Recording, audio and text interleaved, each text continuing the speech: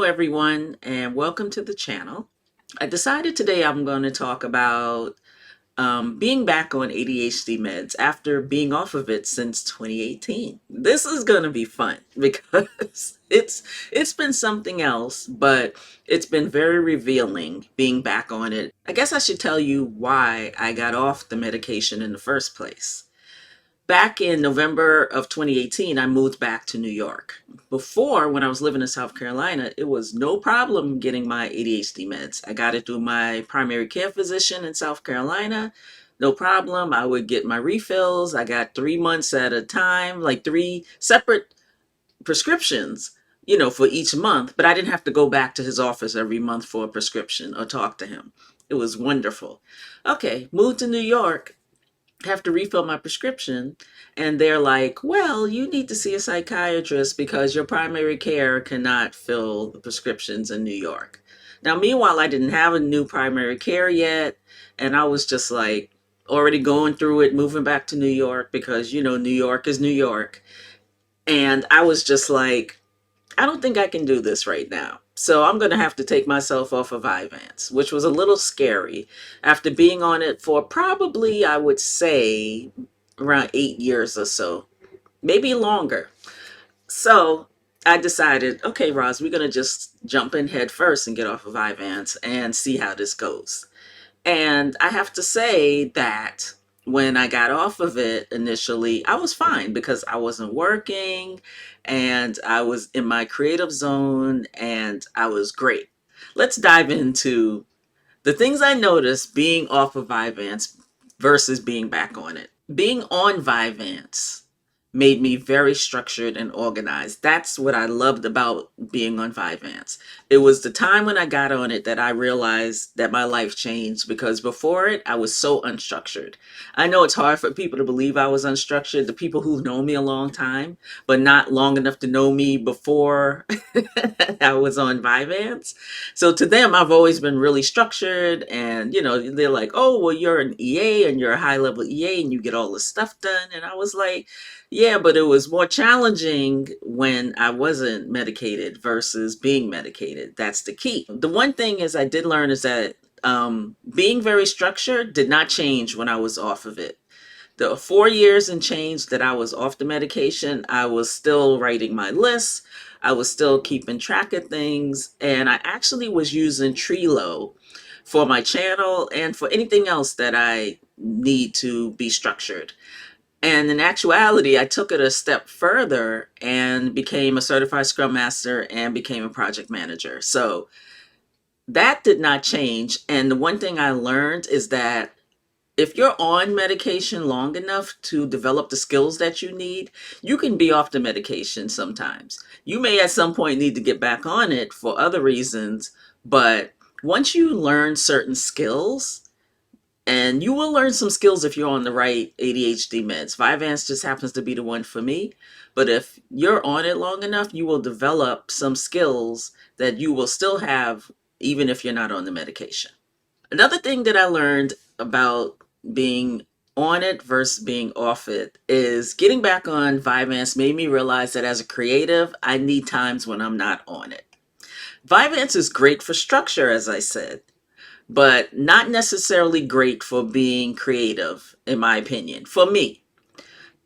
So I take it only during the week and I don't take it on the weekends because I need to be creative. I'm a creative. I need to create this channel. I need to do things.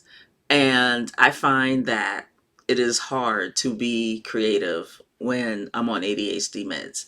That I figured out back years ago, but for some reason never stopped taking it even on the weekends. So it was making me productive in a lot of things that I didn't want to be productive in at times. If I wanted to write, I need time to just let my mind roam. And because my brain is trying so hard to be structured on the ADHD meds, it wasn't good for my creative brain. So when I need to be creative, I come off of it. And when I need to be structured, I take it. And sometimes during the week, I don't even need it. But there are other reasons why I take it each day, which I take it every day during the week, which I will get to. Another thing I learned is I still can't sleep most nights without a sleep aid, just like when I was on it before. I mean, Vyvanse, well, they say Vyvanse stays in your system probably around 12 to 14 hours. They are not lying. I think for me, it got to be 14 hours because if I don't take it early enough, I will not sleep without a sleep aid. So for years, I was on Lunesta, which is a great sleep aid, and I would counteract the Vyvanse and take the Lunesta and sleep a good 7 to 8 hours on the Lunesta without a problem. Well, this time, now the person who gave me my prescription is very scary and sketchy about Lunesta. I was like, I've been on it for years, but they are very particular about putting you on it. So he gave me trazodone, which was horrible for me, and I didn't sleep. He was like, "Well, this is kind of an antidepressant, but the off-brand, as an off-brand, it helps sleep." I took it one night. I was nauseous as hell, which is a side effect of it, and I didn't sleep. And I never took it again. I was like, "This is not working.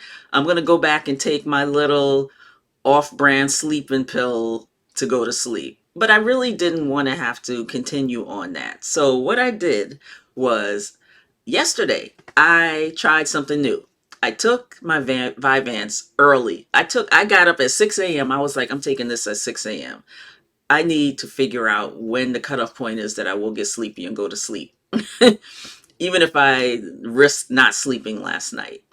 But I took it at 6 a.m. yesterday. And then last night, probably around 10 p.m., I took 10 milligrams of melatonin. And usually melatonin is kind of iffy with me. Sometimes it works, sometimes it doesn't. But if I was already like hopped up on the Vyvanse, it was not doing anything to help me sleep. But I was like, let me see after the 14 hours if the melatonin would work. And it did. So then I figured it out. I was like, okay, this works as long as I get up at 6 a.m. and take it. So I have to make myself get up at 6 a.m. to take the Vyvanse so that at least by like 10, 11 o'clock at night, it's out of my system and I can sleep, which is fine. And on those nights where I don't, I don't take it at 6 a.m., like say I oversleep or something, then that's fine because I'll take a regular, sleeping pill for that.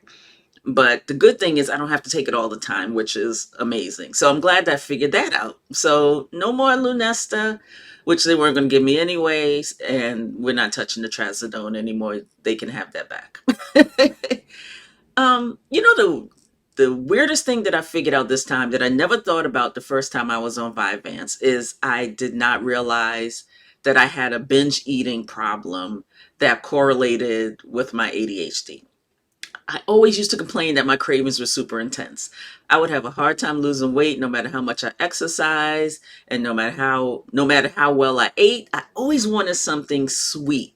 And it would always hit me at like the 3 p.m. mark, and it drove me up the wall because it was like, no, I don't want that. I don't want to eat it, but I want it. And then I wouldn't even enjoy it half the time.